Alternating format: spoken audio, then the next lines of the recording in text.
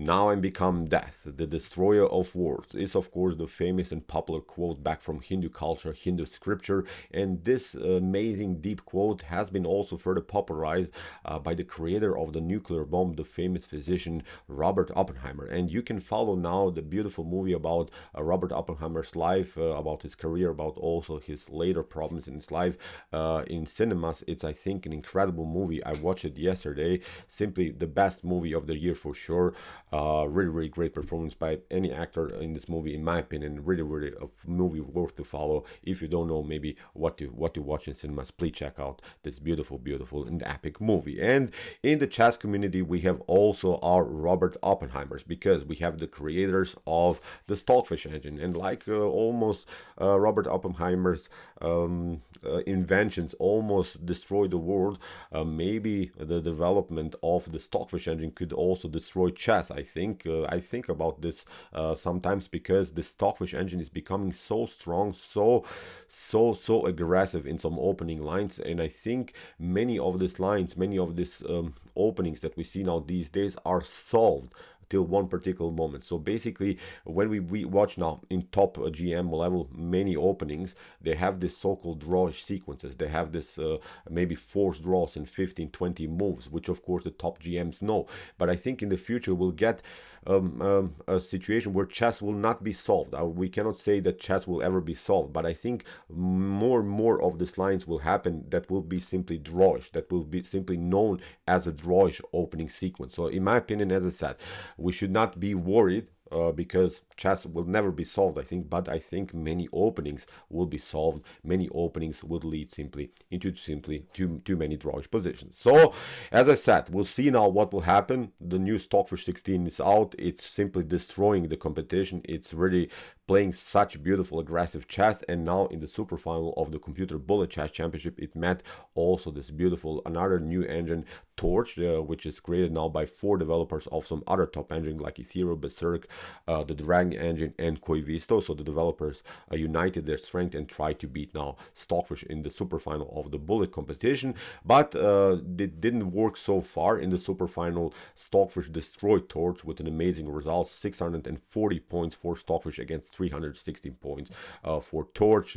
Pure domination by the fish in the super final. So still the Stockfish engine is of course our Robert Oppenheimer of chess. So I've sorted out one epic game. This game is amazing. This game, I'm not sure how to explain it. This is sick, brutal, perfect chess. What the fish is doing. Double rook exchange sack.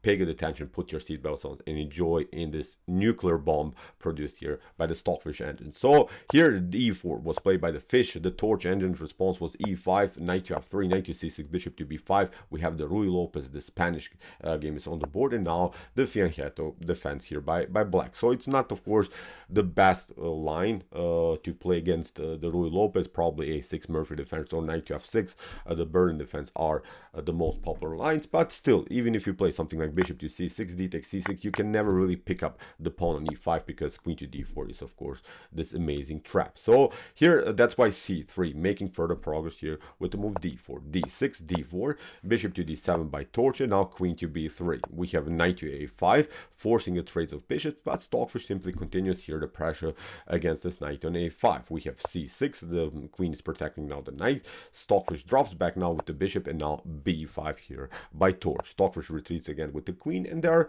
are many games also in this particular line. Maybe not the best sideline for black, but has been played many times in chess history. The engine gives here almost a +1 evaluation in white's favor. So we have e takes d4, c takes d4. Stockfish has now the powerful central control with his pawns, very advanced pawns here in the center, d4, e4, controlling this other 4 squares on the other side of the board. Knight to f6, we have castling, bishop to g7, bishop to f4, hitting the pawn, and now knight to b7 here by Torch, protecting the pawn on d6, a4, playing aggressively against the small pawn chain b5 c6, castling, and now bishop to g5, pinning now the knight e5. It's of course the serious threat.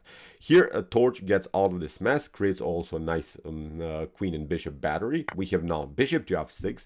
Interesting choice here by the fish, because after bishop to f6 and now a takes b5 and c takes b5, now this central control of these pawns is even more obvious. So now basically Stockfish has the central control, but of course black has here the powerful bishop pair. So in the game queen to d2, we have bishop to c6, torch attacks now the bishop, rook to c1, attacking now the bishop, and now torch defended the bishop with queen to e8, got out also of the attack on the c file, but now comes the stunning moment of the game here. Stockfish played the amazing rook to c6, very wild stuff, sacrifices now the rook for the exchange, but now the attack will simply be ruthless here what the fish is doing. So look at this, rook to c6, queen to c6, now knight to c3, hitting the pawn on b5. If you play b4 to maybe advance the pawn, also get out of the attack, the knight to d5, very dangerous. You have to step back, and now for instance knight to e7 is even the fork.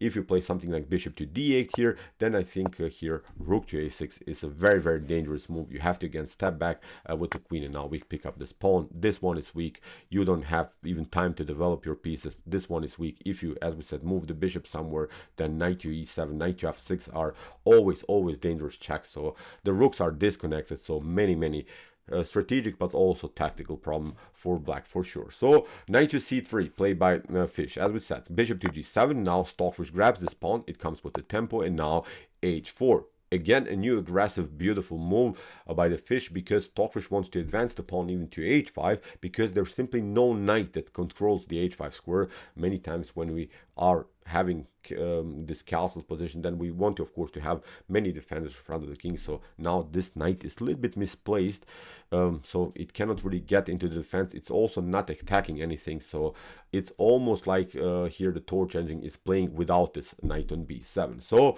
we have a6 retreating here, moved by Stockfish, bishop to e2, queen comes here, and now b4, getting some spaces on the queen side, king to h8, g3, fixing everything here on the king side. So queen to e6, bishop to d3, now we have a5, and Stockfish makes further progress with the b pawn. So b pawn is rolling.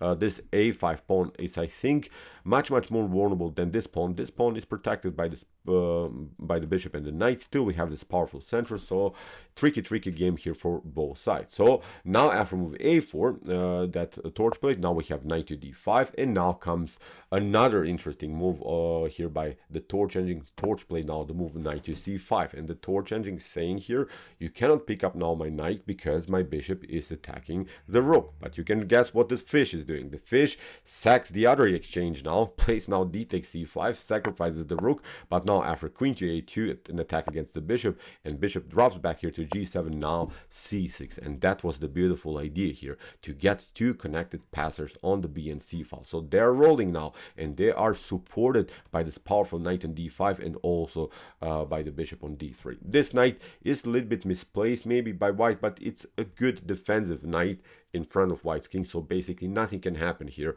in white's position. Now how are we going to stop this amazing pawn storm that's marching here on the queen side? So we have a3, king to g2, queen to g4, c7, Stockfish lets this pawn roll, and now, as we said, h5, creating simply new weaknesses in black's position. This pawn is so far blocked out, but I think it's time for Stockfish somehow to reshuffle a little bit the pieces, to change them, because you don't want to play, of course, with your queen so passive. You don't want to have your queen on a2. Maybe the best way is to reshuffle, as I said, to get your bishop on a2, and then reroute the queen somewhere, and then include the queen into the attack. So after move queen to b7, now we see this idea, bishop to b2, Stockfish makes progress. Now queen to b3, we have g4, knight to h4 with the preparation to get the knight on f5, bishop to e5, and now, as we said, we have now this idea to reshuffle the pieces. Now this bishop will come on a2, and now the queen can maybe play much more freely, support, of course, also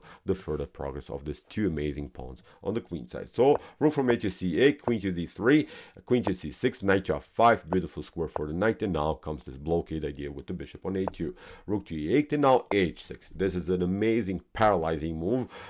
Here everything is messed up in black's position. These pawns are coming, king is out of game, bishop is aiming into nothing, rooks are connected, but they're not doing anything in this position. So really a bad game for black. Queen to c1, queen to e2, attacking now the pawn, but now after queen to b2, queen takes b2, 8 takes b2, and now this knight is coming in a beautiful way into the game. Now we're trying to play the move b7 and then followed with c8. So the game is over. So rook to b8 was the last desperate try by Torch, hoping maybe this kind of a scenario where we could get somehow these pieces, but still I think here white is perfectly fine. So after move knight to c6 was played by the fish, we have rook to c8, knight to e7. Now the Torch engine gave up the rook for a pawn, but now still this pawn is getting to the c file. So again we can promote here on c8. So b1, bishop to b1, bishop to g7.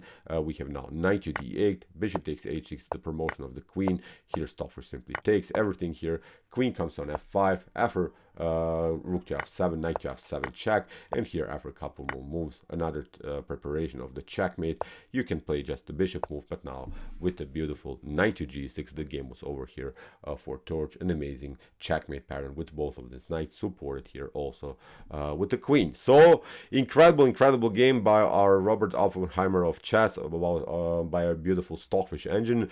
Really amazing game. Double exchange sack in the middle game stage to let the pawns roll. Incredible ideas, and the Torch engine got really torched here by Stockfish. Huge difference in results. So as we said, 640 points and against 360 points in the super final of the Computer Bullet Chess Championships. Although, as I said, we should not forget about this Torch project, because it's a huge project of great developers of some other top engines. So maybe it's not competitive against Stockfish so far, but I think this is really interesting. This will change, I think, a little bit chess in the next couple of months for sure, because it's a fresh project, so still room for improvement.